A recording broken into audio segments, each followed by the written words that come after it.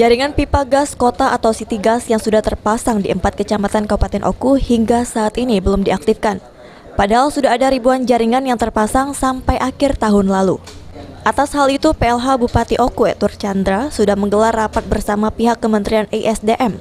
Akan dilakukan penambahan kembali jumlah jaringan City Gas karena dari 4 kecamatan tersebut masih ada kecamatan yang baru sebagian tersambung dengan City Gas. Sampai kini, Edward belum bisa memastikan kapan akan dilakukan pengaktifan jaringan gas tersebut, karena masih menunggu keputusan dari Kementerian ISDM.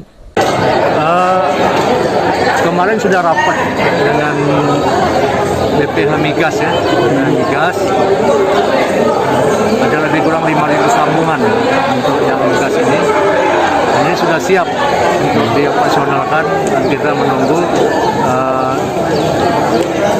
untuk persiapan gas ini ya, masuk ke kota. Kemarin juga rapat untuk perluasan, diharapkan juga bisa diperluas sampai menjangkau terutama untuk masyarakat di ibu kota kabupaten.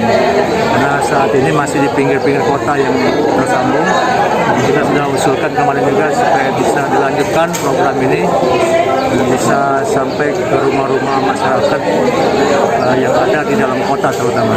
Tapi belum tahu informasi kapan mulai diaktifkan, Pak? Belum, kita masih tunggukan dari Sri Lankaji kita foto bersama. Sementara itu, dengan adanya jaringan City Gas, kuota gas LPG 3 kg untuk Kabupaten Oku berkurang di tahun ini sebesar 13,8% atau sekitar 900 metrik ton lebih. Bahwa terkait kuota LPG 3 kg tahun 2021 di Kabupaten Oku ini dibandingkan tahun 2020 turun, Pak. Turun sebesar 13,8% atau 1.948 metrik ton. Dari sebelumnya tahun 2020 itu 14.198 metrik ton. Ada penurunan 13,8% kuota Kabupaten Oku ini menurut justifikasi Dirjen Migas itu akibat ada instalasi gas kota City Gas dari PGN yang sudah terpasang di Kabupaten Oku. Namun sampai dengan bulan April ini 2021 belum ada penggunaan untuk pemakaian gas kota.